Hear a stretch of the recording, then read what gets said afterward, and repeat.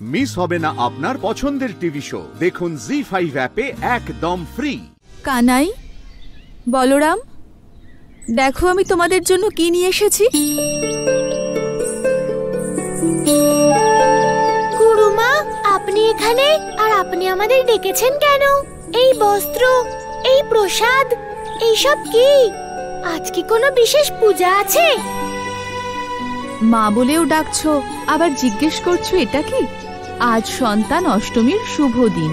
কিন্তু গুরুমা, আজকের দিনে তো মায়েরা তাদের পুত্রদের পূজা করে আর ভোগ নিবেদন করে। কানাই, এই আশ্রমের প্রতিটি বালক আমার কাছে পুত্র সমান, আর তাই আজ সন্তান অষ্টমীর দিনে আমি সকল বালককে পূজা করব। দেখলে দাদা, আমি বলেছিলাম না যে আশ্রমে গুরুমা আর গুরুদেবী আমাদের মা বাবার সমান। পুত্র, চলো এবার নিজের মায়ের আদেশ পালন করো আর নিজের জন্য বস্ত্র নির্বাচন করো। গুরুমা, এই বস্ত্র তো অত্যন্ত সুন্দর। গুরুমা, সেসব তো ঠিক আছে, কিন্তু এই হাঁড়ি। কানাই, আমি জানি তুমি মাখন খুব ভালোবাসো, সেই কারণে আমি নিজের হাতে তোমার জন্য মাখন বানিয়েছি। মাখন? আজ আমি মন ভরে মাখন খাবো গুরুমা। গুরুমা এই মাখন পুজোর জন্য বানিয়েছেন, তুই এখন খাবি বলে বানাননি। না না কানাই, সন্তানের ইচ্ছের থেকে বড় কোনো পূজা হয় না। তুমি চাইলে এই মাখন এখনই খেতে পারো। না গুরুমা, আপনি আমার মায়ের মতন ব্রত রেখেছেন, তাই না? তাই পুজোর পরেই আমি আপনার বানানো প্রসাদ খাবো। মা, দেখো এই নতুন বস্ত্রে আমাকে কেমন দেখাচ্ছে। আরে বাহ ভুবন, আজ তো তোমাকে তোমার মায়ের প্রিয় ভুবনের মতো দেখাচ্ছে। কানাই, বলরাম, এবার তোমরা দুজনে যাও আর পূজার জন্য তৈরি হয়ে এসো।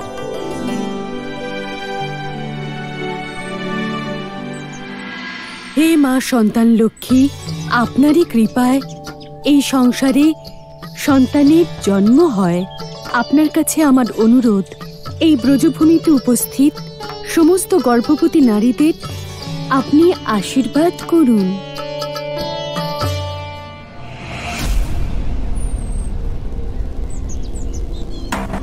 কৃপা তো অবশ্যই হবে, কিন্তু সন্তান লক্ষ্মীর নয়, দানব মাতা দানুর।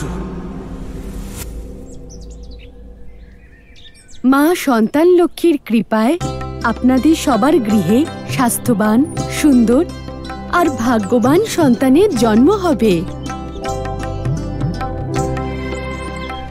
জয় মা সন্তান লক্ষ্মী।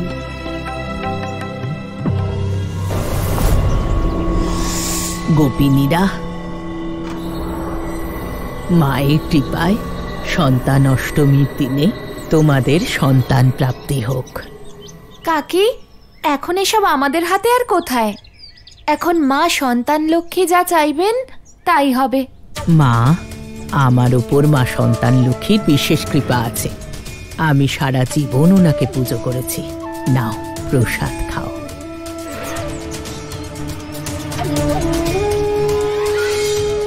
তোমাদের সন্তানদের উপর মা লক্ষ্মীর বিশেষ কৃপা থাকবে।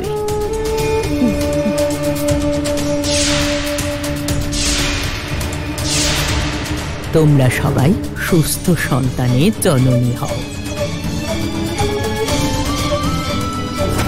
এটা দানুর আশীর্বাদ নয়, তোমাদের সবাইকে দানুর অভিশাপ। সন্তান অষ্টমী তো আসবে, কিন্তু সন্তানেরা নয়। আরে ভগবান, এখানে মথুরা থেকে এত দূরে কি করতে এসেছি? আমি ক্লান্ত হয়ে গেছি। বলুন না। যখন আমি সন্তান লক্ষ্মীকে বধ করব, তখন আমি চাই না যে ওই কানাই আমার পথের বাধা হোক। কিন্তু এই স্থানে, এখানে কে থাকে ভগবান? ওই ছলনাকারী বিষ্ণুর শত্রু? না, বিষ্ণুর নয়, ওই পরম অবতার শ্রীকৃষ্ণের আর তার ষড়যন্ত্রকারী গুরু সন্দীপনের শত্রু। আরে বা ভগবান, কানাইয়ের অন্য কোনো শত্রু আছে? আমি তো ভেবেছিলাম যে আপনি ছাড়া ওর আর কোনো শত্রুই নেই।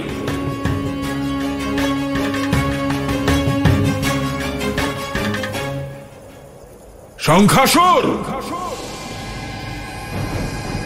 এ সেই শঙ্খাসুর নয় তো, যাকে কানাই শঙ্খ চুরি করার পরে জীবিত ছেড়ে দিয়েছিল? সেই শঙ্খাসুরই এবার কানাইয়ের পরাজয়ের কারণ হবে। বেরিয়ে এসো শঙ্খাসুর!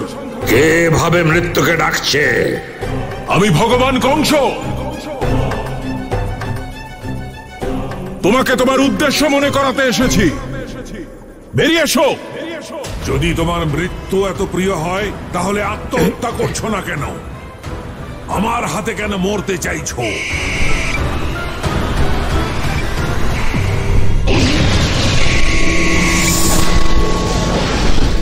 রক্ষা করুন ভগবান, রক্ষা করুন। দাঁড়াও শঙ্খাসুর। অসুররাজ কংস এখানে কেন এসেছেন? এখন সময় এসে গেছে তোমার অগ্নিকে যথাস্থানে প্রয়োগ করা। আপনি কার কথা বলছেন অসুররাজ? তার, যার জন্য তুমি এখানে লুকিয়ে বসে রয়েছ। তার, যে তোমার থেকে তোমার পাঞ্চজন্য শঙ্খ চুরি করেছিল।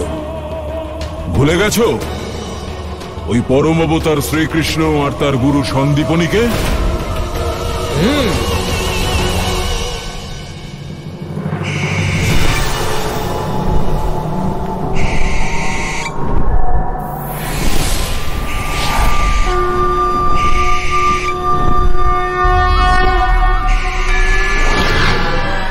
ওই কানাইকে কি করে ভুলবো আমি?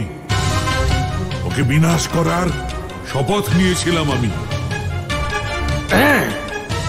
কিন্তু ওকে মারার কোনো পথ নেই আমার কাছে। সেই জন্যই তো আমি এসেছি তোমাকে পথ দেখাতে। আপনি কি চান অসুররাজ? আজ সন্তান অষ্টমী। সন্দীপনীর আশ্রমে সন্তান লক্ষ্মীর পূজার প্রস্তুতি চলছে। ওই গুরু সন্দীপনীর কথাতেই কানাই তোমার থেকে শঙ্খ চুরি করেছিল না?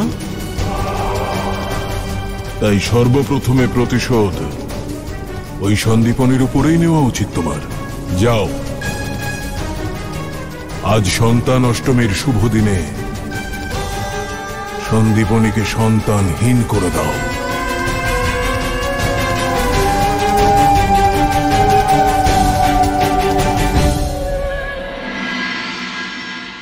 কানাই, বলরাম, তোমাদের দুজনকে আজ পুত্ররূপে স্বীকার করে আমার জীবন ধন্য হলো।